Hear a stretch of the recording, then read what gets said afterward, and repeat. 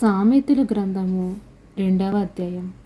నా కుమారుడా, నీవు నా మాటను అంగీకరించి నా ఆజ్ఞలను నీ వద్ద దాచుకొని నెడల, జ్ఞానముకు నీ చెవియొగ్గి హృదయపూర్వకముగా వివేచన అభ్యసించిన ఎడల, తెలివికై మొరపెట్టిన ఎడల, వివేచనకై మనవి చేసిన ఎడల, వెండిని వెతికినట్లు దాన్ని వెతికిన ఎడల, దాచబడిన ధనమును వెతికినట్లు దాన్ని వెతికిన ఎడల, యెహోవాయందు భయభక్తులు కలిగి ఉండుట ఎట్టిదో నీవు గ్రహించదువు. దేవుని గూర్చిన విజ్ఞానము నీకు లభించును. యెహోవాయే జ్ఞానమిచ్చువాడు. తెలివియు వివేచనయు ఆయన నోట నుండి వచ్చును.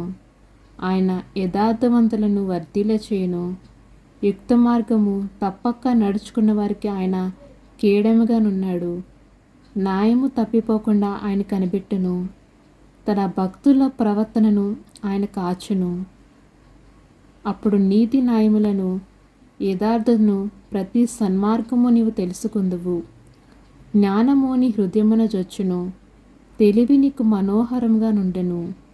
బుద్ధి నిన్ను కాపాడును. వివేచన నీకు కావలి కాయును. ఆమేన్.